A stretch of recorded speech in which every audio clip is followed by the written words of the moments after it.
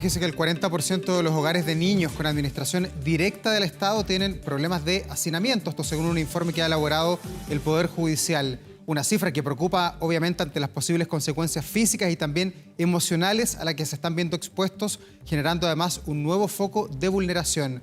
Queremos profundizar en este y también en otros temas junto al defensor de la niñez, Anwar Quisille, que ya nos acompaña. ¿Cómo está, Anwar? Bienvenido. Hola, Daur, buenos días, Carla. ¿Cómo está, Anwar? Bienvenido. Un punto que preocupa mucho es el hacinamiento, porque una de las promesas que se había hecho era que iba a haber menos niños por residencia y por lo tanto cada uno de ellos iba a poder tener una atención mucho más personalizada, lo que tenía una serie de ventajas. Pareciera ser que eso no está funcionando. Bien, esto tiene que ver un poco, esta situación que se genera a propósito del informe del Poder Judicial que fue publicado ya hace unos días, da cuenta de una situación que se ha sostenido en el tiempo y que es bastante preocupante. Lo primero que hay que tener en cuenta es que cuando el Estado toma la decisión de, frente a vulneraciones de derechos de niños y niñas, separarlos de sus familias, tienen que llegar a un entorno protector. Es decir, no solamente deben someterse a una intervención y un programa que les permita reparar los derechos que fueron vulnerados, sino que además también les permite estar en condiciones dignas y en condiciones adecuadas para sus circunstancias. Y el informe del Poder Judicial precisamente da cuenta de una situación de hacinamiento de cerca de un 40%, como tú bien decías, pero también de una sobreocupación a nivel nacional de un 57%, donde las regiones de Arique, Parinacota, Tarapacá, Coquimbo y Punta Arenas son las que se encuentran en una situación más compleja, pero también ese informe tiene un análisis respecto a temas de sobreocupación, por ejemplo, en organismos colaboradores acreditados. De hecho, la Fundación María Ayuda tiene una sobreocupación de un 189%. Entonces, claramente, el factor sobrepoblación, que no es el único problema que tiene actualmente el sistema de protección especial, es relevante, es importante y que efectivamente da cuenta, como tú bien dices, Carla, que los objetivos de la protección especializada, generar una oferta particular, pertinente, no se están cumpliendo conforme a las proyecciones que ya están desde el año 2018. Anuar, pero ¿ahí en qué parte de la cadena se falla? Pues es difícil entender esto, el Estado está a cargo de los niños, pero el Estado también terceriza los servicios muchas veces. ¿En qué parte de la cadena está hoy día la falla que nos lleva a estas cifras que son tan aberrantes y que van a seguir subiendo porque si no se hace nada? Bueno, lo primero que hay que decir es que esto es un problema estructural. Sí. Y un problema que la Defensoría de la Niñez venía advirtiendo ya desde el año 2018, cuando se comenzó a discutir el proyecto de ley que creaba el servicio, porque claramente acá lo que tendría que haber ocurrido en términos de discusión legislativa era que en primer lugar se aprobara la ley marco, que era la Ley de Garantía y Protección Integral, y luego aprobar lo del servicio. Y la provisión del servicio, que por lo demás es uno de los temas más importantes, está enfocado desde la demanda y la oferta y no desde las necesidades de los niños. Cuando uno genera una planificación y un diseño basado solamente en la oferta y en la demanda, claramente los objetivos del servicio y del sistema no se cumplen. Y acá también tenemos un tema que tiene que ver con los colaboradores acreditados, que en definitiva son los que prestan en porcentaje la mayor cantidad de servicios para los niños y niñas que han sido vulnerados en sus derechos. O sea, aquí falta personal, hay problemas de infraestructura, es uno más uno. Bueno, varias cosas. Exactamente, la Defensoría de la Niñez en distintas instancias, en distintos años. De hecho, nosotros el año 2023 publicamos un documento que tiene por objeto medir el nivel de cumplimiento de las promesas que se habían hecho a propósito de las medidas, a propósito de la instalación del servicio, y la conclusión de la Defensoría de la Niñez, que fue puesta en conocimiento de las autoridades, fue que al 2023 solamente se habían cumplido el 27% de las medidas comprometidas. ¿En qué fallaban?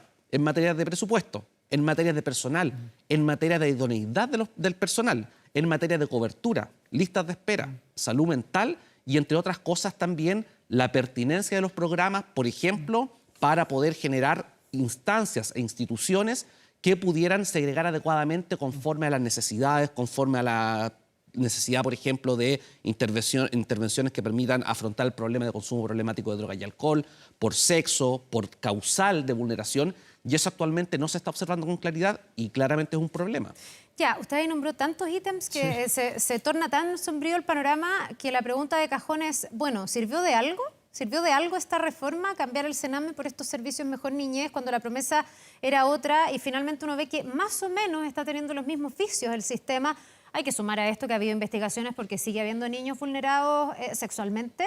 Hay todavía niños que siguen siendo maltratados por un personal que está muy superado con los sobrecupos en muchos lugares. Se ha seguido mezclando a niños con adolescentes, adolescentes que tienen otras problemáticas. Esa era una promesa del sistema que tampoco se ha cumplido. ¿Sirvió de algo o en el fondo estamos avanzando un Sename 2?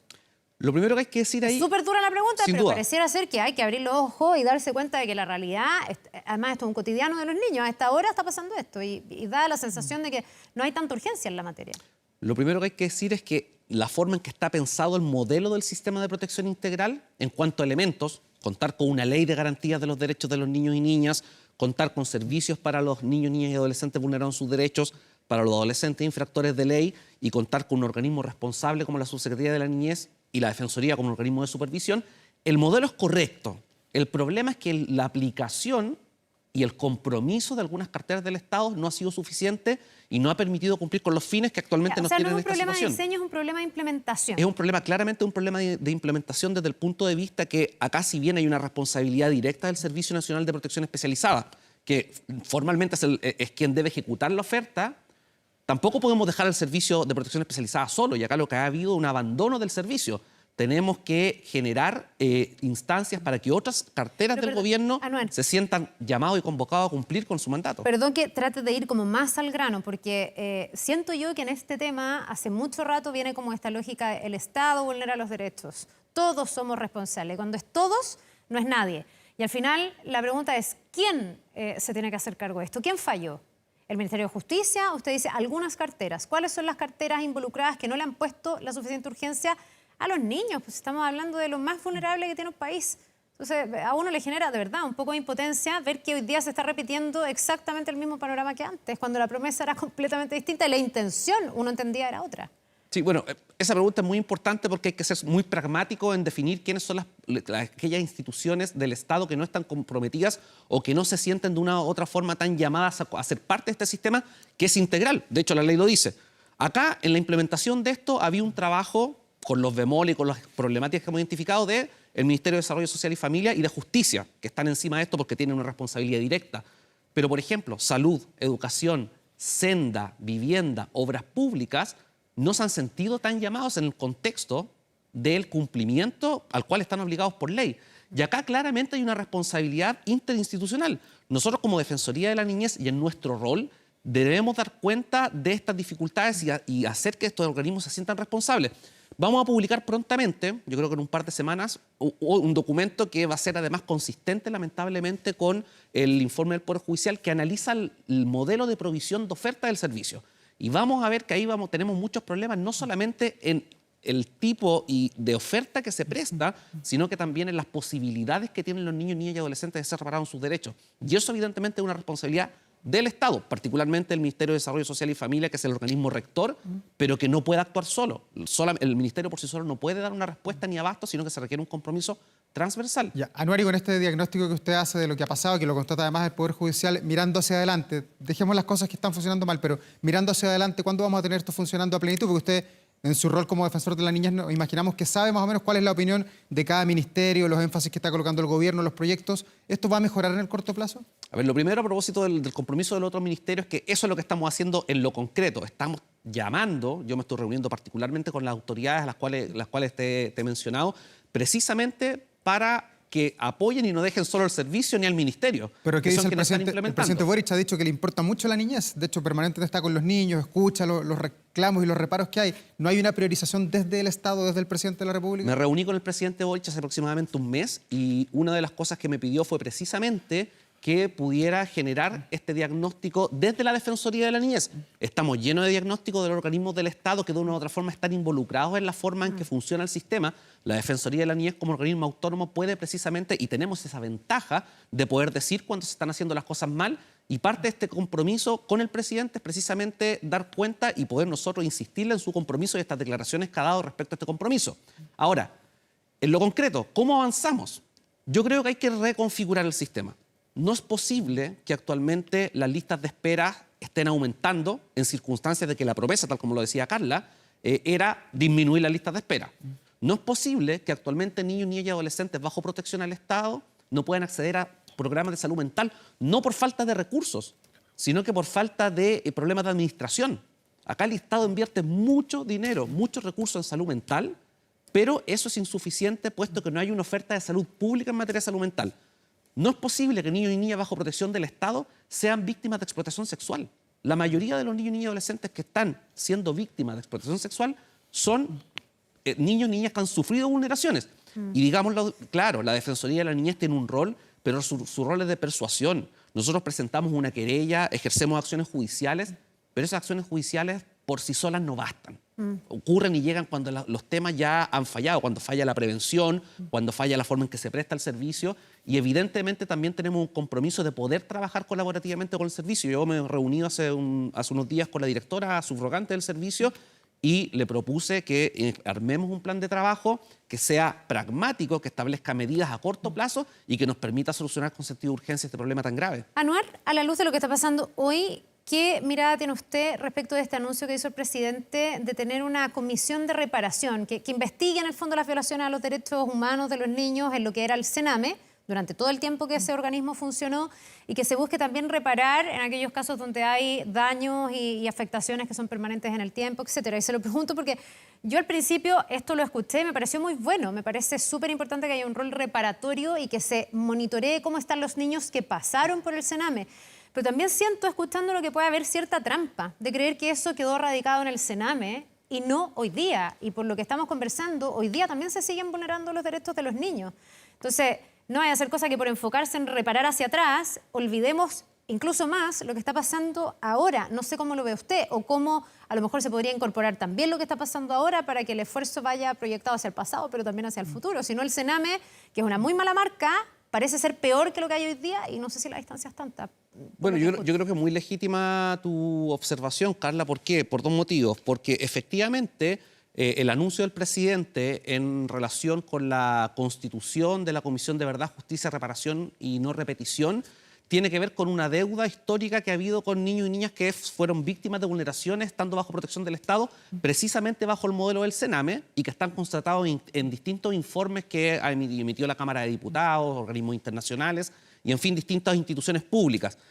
Desde esa mirada, a mí me parece, y desde el punto de vista de la protección de los derechos humanos, las garantías de reparación y no repetición son una medida necesaria precisamente para construir verdad histórica. Es un buen anuncio. Sí. Nosotros como Defensoría de la Niñez vamos a participar en nuestra calidad de observadores conjuntamente con UNICEF, precisamente para buscar que se cumplan dos cosas. En primer lugar, que junto con la reparación se asegure la no repetición, y en el contexto de las medidas de no repetición es donde debemos mirar precisamente la situación actual. Pero lo que tiene que ver con la comisión misma, porque escuchaba que algunos lo comparan con el informe Reti, guardando las proporciones. ¿Se va a salir a buscar a los niños que fueron parte del CENAME? ¿Se va a hacer un llamado abierto para que puedan ellos ir y contar su testimonio, tomar y ponderar esos casos que ellos puedan contar? Bueno, lo que hay que contar. ¿Así va a funcionar? Sí. Lo que hay que contar, y que precisamente el presidente por temas de tiempo no lo explicaba ni detallaba en la cuenta pública, es que este trabajo está en gran parte ya realizado. Porque hay distintos informes, por ejemplo, el informe de la Comisión Investigadora de la Cámara de Diputados del año 2013, otro del 2022. Hay un trabajo previo por parte del Ministerio de Justicia y Derechos Humanos en el cual nosotros hemos apoyado en nuestra calidad de organismo independiente para identificar cuáles son los casos, pero además también existen una serie de organizaciones de la sociedad civil, precisamente, que particularmente la red de sobrevivientes del CENAME, que han estado colaborando en el proceso de identificación. O sea, en este momento no va a haber, a propósito de esta comisión, una investigación tan profunda porque ya hay una individualización. ¿Se les va a reparar económicamente? Una de las cosas que se busca determinar es precisamente el ámbito de reparación. Solamente comentar ahí que al comienzo esta implementación de comisiones de verdad, justicia y reparación y no repetición fue una instancia que se crea precisamente a propósito de gestiones realizadas por la Defensoría de la Niñez y que era mucho más amplia, que tenía que ver con cómo se reparaban a niños, niñas y adolescentes víctimas de violencia institucional por parte del Estado en distintos contextos y no solamente bajo protección del Estado por vulneraciones. Y por temas de priorización se va a partir por acá, pero como Defensoría de la Niñez nosotros esperamos que también esto se abra, por ejemplo, a niños, niñas y adolescentes víctimas de violencia por parte de instituciones eclesiásticas o por parte de otras instituciones del Estado. Ya, ¿y cómo hacemos para que no hagamos esto mismo en un tiempo más en torno al servicio Mejor Niñez? Porque lo vamos a hacer con el CENAME, me parece estupendo, y ahí hay una verdad histórica que reconstruir, una reparación que hacer y un compromiso para que no se repita en el momento en que al parecer sí se estaría repitiendo. Entonces, ¿cómo hacemos para que no sea que en 5 años más, 10 años más, volvamos a ver que hay este grado de vulneración? Porque todo indica que cada día tenemos más niños que requieren además atenciones más complejas. No sé ahí qué esfuerzo en paralelo se hace en ese sentido, mirando hacia el futuro.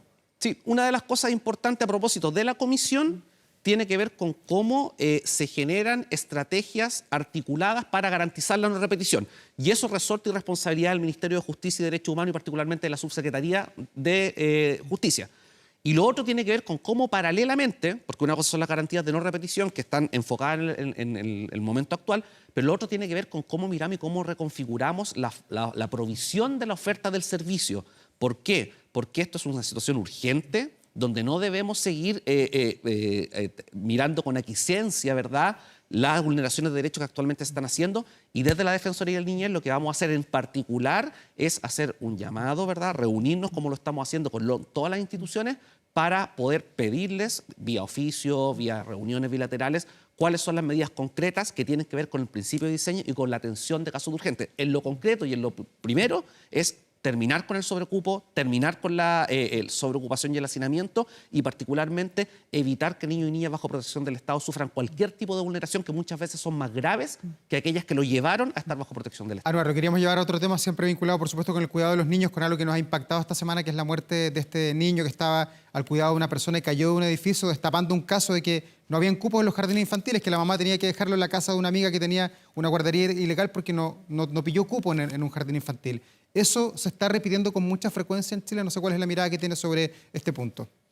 Estamos frente a una situación bien compleja porque este fue uno de los temas que lamentablemente ocurrió y que tuvo visibilidad, se visualizó públicamente en los medios de comunicación.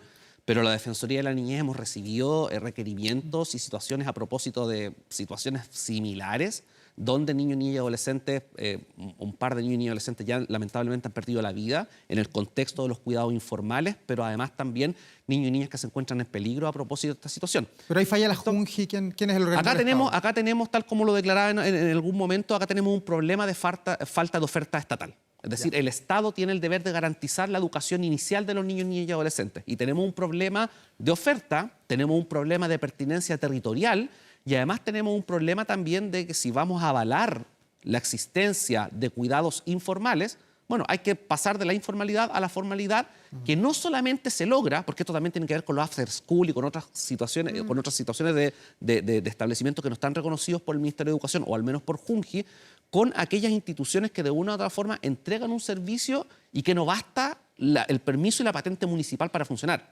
Acá se requiere una regularización. Yo creo que estamos frente a una necesidad legislativa, pero que también debe ser conversada con el Ejecutivo para efectos de generar esa oferta, porque conforme a la ley de garantías se requiere tener suficiencia para que los niños, niñas y adolescentes puedan acceder a la educación inicial y a los cuidados de que son titulares. Yo también tengo la sensación de que aquí la realidad a veces supera al diseño otra vez, porque uno podrá decir, faltan cupos en los jardines, sí, y este caso lo evidencia.